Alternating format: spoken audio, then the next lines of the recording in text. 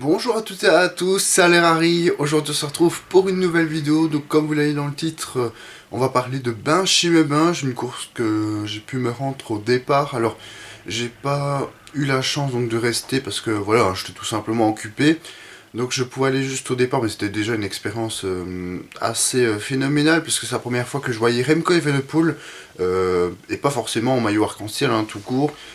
Évidemment, c'était la dernière course de Philippe Gilbert en Belgique aussi, donc c'était un petit événement. Il y a aussi d'autres coureurs dont c'était les dernières courses, hein, je pense notamment à Leo Case ou bien Niki Terpstra. Et aussi, j'ai quand même pris pas mal de photos pour, je pense, comment dire, que ce soit un peu plus illustré par rapport à la première vidéo que j'ai pu faire sur les championnats du monde, des vidéos que j'ai fait moi du coup, et des photos aussi. Enfin, des vidéos, il y en aura peu, hein, mais c'est vraiment des photos que j'ai fait principalement. On va tout de suite parler avec la course, mais juste avant, c'est une petite anecdote donc, que j'ai eu sur place. Voilà, je pensais être super bien placé pour le podium protocolaire du début, mais en fait, on s'est rendu compte que c'était le podium de fin. Et donc, finalement, après, on a dû changer de place, évidemment, pour le podium du début, hein, le podium que vous allez voir. Je vais vous montrer les deux d'ailleurs. Et comment dire, du coup, à cause de ça, on n'était pas si bien placé que ça. Voilà, mis à part ça, franchement, il n'y a pas eu d'autres soucis. Enfin, peut-être un truc que je parlerai à la fin, qui m'a gavé un peu, mais que bon, ça n'a pas nuit à mon expérience. Hein, c'est juste, je trouve un peu mal poli de la télé, mais bon, ça c'est un avis personnel. Mais on va tout de suite passer avec la course et le débrief de celle-ci. On va parler de la course maintenant. Donc, tout d'abord, il y a eu 6 échappées. Donc, on va pas forcément en parler, hein, parce que le peloton est quand même arrivé vite sur eux. Donc, comme je vous ai dit, j'étais occupé, donc j'ai pas su voir la fin. Mais sur la rediffusion, ils ont pris à partir de 100 km de l'arrivée, la course en comptait 199. Comment dire, à partir de 88 km de l'arrivée, ça s'est vraiment décanté. C'était vraiment une chouette course à voir, hein, personnellement. Si vous avez la chance d'avoir Ovio, que ce soit si vous êtes belge, vous pouvez le regarder directement avec un compte gratuit ou alors avec un VPN si vous êtes français. Eh ben franchement, je vous conseille de vraiment voir la course, hein, parce que c'était vraiment assez mouvementé à partir de ce moment-là. Franchement, c'est vraiment pas ennuyé dans cette course. Il y a toujours eu de l'action, c'est simple, jusque la fin. Donc, ce qu'on peut dire, c'est que, comment dire, la première attaque, c'était Victor Kampenarts, hein, qui l'a fait.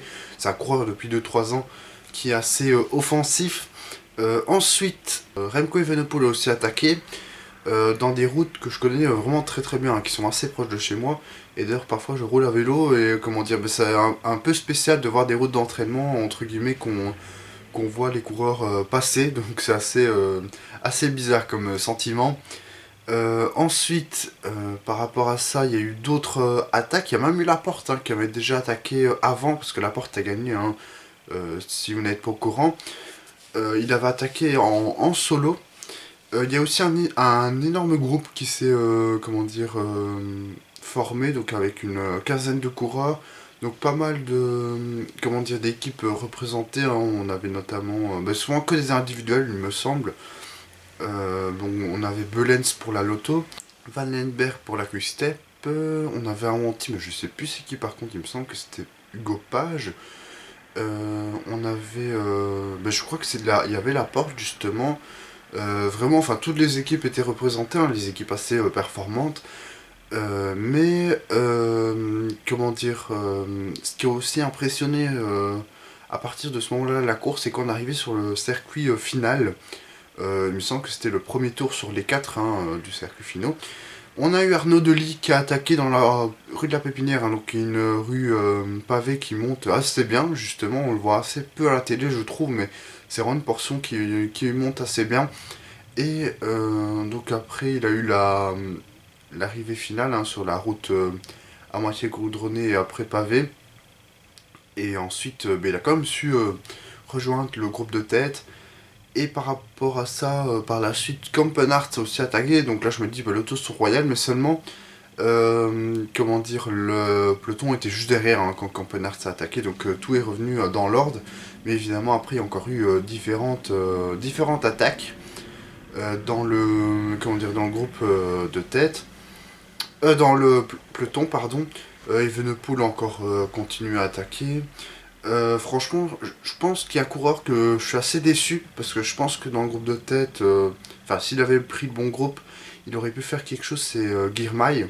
Alors désolé pour ma prononciation, hein, dans l'autre vidéo, c'est vrai que je me suis corrigé, mais en plus je sais le dire, je l'ai dit dans la vidéo, et en plus c'est assez simple à prononcer, mais comment dire, je pense qu'il aurait pu faire une bien meilleure course que ça, hein. Et malheureusement la chance ne vient pas trop sur lui, je veux dire, dans les différents événements, mais il a vraiment l'air à l'aise. Donc par rapport à ça, il y a encore un autre groupe qui s'est échappé, avec notamment Laporte et Tiller, hein, qui sont après, comment dire, échappés tous les deux dans l'avant-dernier tour du circuit, il me semble. Et après, ben, dans le dernier tour, ils étaient encore à deux. Le peloton était à une trentaine de secondes, le groupe d'échappés à 15, mais c'était trop tard, hein, parce qu'ils avaient déjà fait la partie montante, c'était vraiment la partie descendante qui convenait aux hommes échappés.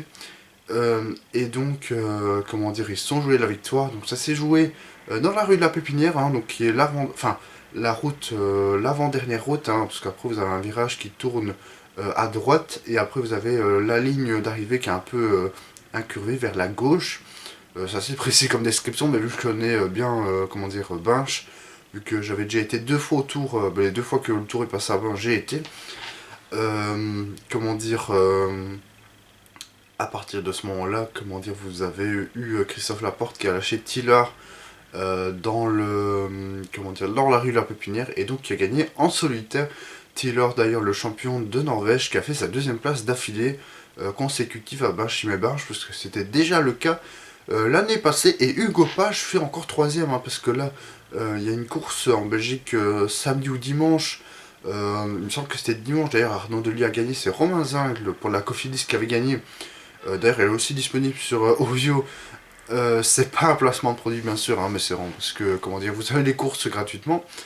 Enfin, les parties de course en tout cas, et même en direct.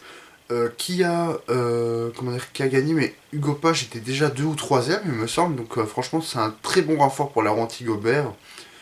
Voilà, sinon, comment dire, à part ça, Philippe Gilbert aussi fini 6ème, hein, donc c'est vraiment une belle performance de sa part pour sa dernière course en Belgique. Il a aussi été sur le podium avec Remco Evenepoel.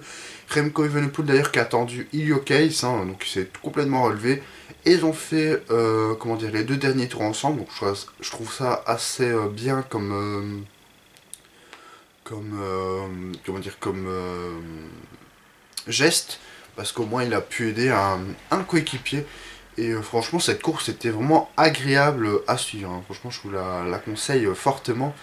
Mais voilà, donc franchement, Laporte a fait les bons efforts au bon moment. C'est comme ça qu'il a pu gagner.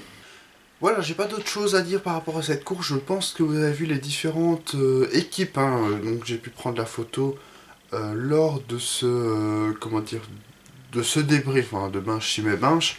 Je vais quand même dire le petit coup de gueule que j'ai envie de dire à la fin. Voilà, c'est par rapport aux médias, enfin certains médias, un certain média que je vais pointer du doigt qui est RTL, un TVI, je vais pas m'en cacher, donc un média belge, comment dire, qui est l'équivalent de TF1 en France, et comment dire, ce média, comment dire, est là plus pour le people, je veux dire, que pour le sport en lui-même. Voilà, donc j'étais en train de faire des photos, hein, donc c'était les premières équipes à venir, comment dire, sur scène. Et là on a RTL qui interroge une femme de 80 ans. Alors j'ai aucun, comment dire, c'est pas par jalousie hein, que je dis ça. Évidemment cette dame-là a été contente, je suppose qu'elle soit passée à la TV et qu'elle soit interviewée bien sûr. Mais c'était pendant la cérémonie. Alors je veux bien que c'était pas les plus grandes équipes, je pense, à ce moment-là qui sont passées. Mais je crois que c'était le moment d'une OX. Une OX, on rappelle, qui avait Tiller, qui finit deuxième deux fois d'affilée, et champion de Norvège. Donc imaginez cette dame-là, bon je pense que c'était une dame belge, mais imaginez que cette dame-là, des origines norvégiennes, elle ne voit pas son équipe et son champion national. Je trouve déjà que c'est un peu limite. Alors l'interview, on peut largement la faire avant, parce que nous, comment dire, on est arrivé avant, et juste avant la cérémonie, je veux dire 5 minutes avant, vu que on s'était trompé, comme je le dis en début de vidéo, et justement, comment dire, il y avait déjà, on était en quatrième rideau, hein, ou cinquième, avec ma mère, voilà, ma mère était là. Comment dire, comment dire, cette dame-là était déjà là depuis assez longtemps. Je pense que c'était c'était beaucoup plus pertinent de faire cette interview avant que pendant la cérémonie. Imaginez, vous regardez un match de foot, vous avez un média dans une tribune et on vous interroge pendant l'hymne national de votre équipe. Je trouve ça quand même assez limite. Mais là, c'est exactement pareil pour ma part. Voilà, donc j'étais déjà choqué assez pour ça. Et ensuite, comment dire, ils ont fait une vidéo. Je sais pas si je vais vous mettre l'extrait, mais je trouve ça assez choquant. Hein. C'est comme, imaginez-vous, c'est TF1, hein. C'est pas un truc, une antenne, je veux dire, de la région. Hein. C'est vraiment, comment dire, la chaîne privée principale en Belgique francophone. Donc qui est vraiment l'équivalent de TF1 en France, hein, et la RTBF avec Ovio, l'équivalent de France 2, France 3. Mais c'est choquant, je vous jure, l'erreur de montage qu'il y a eu.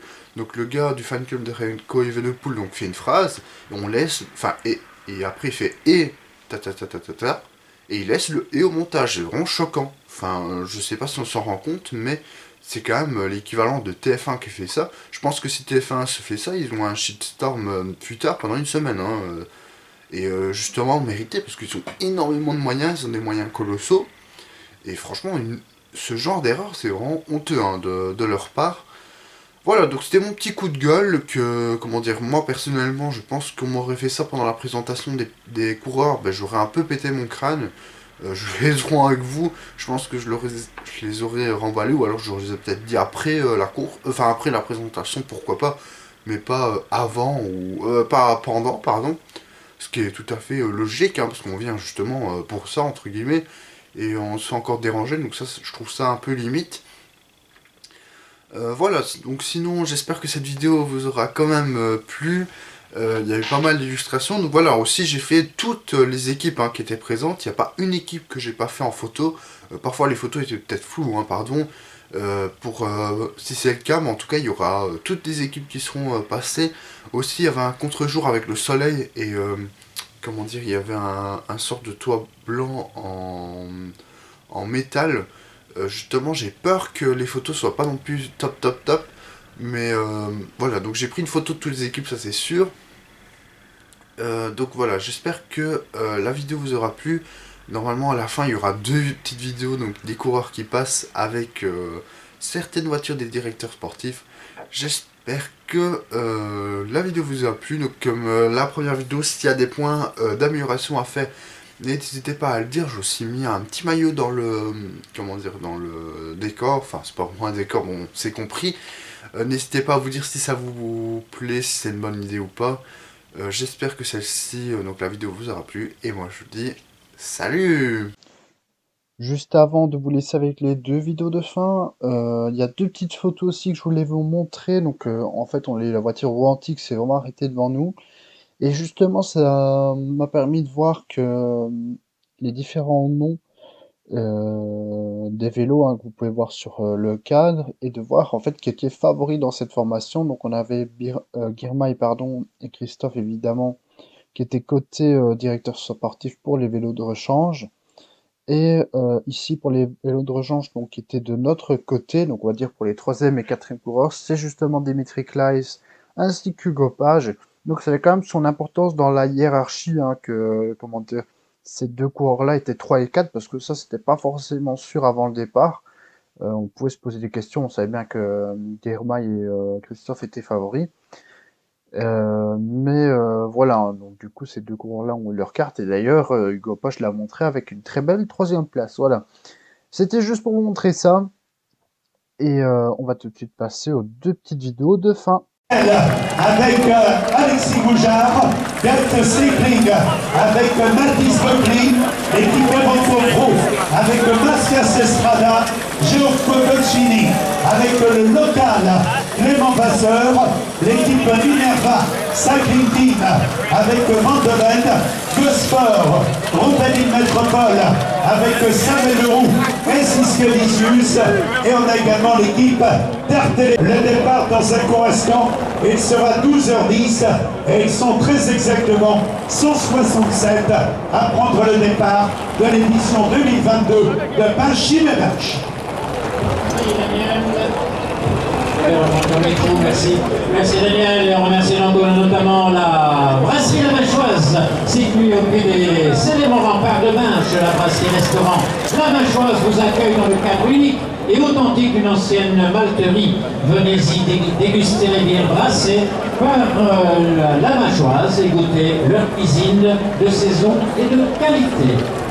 On salue Damien qui fait donc tout le championnat du monde, mais en tant que supporter. Et Damien qui a donc un très beau portrait là de Félix Gilbert.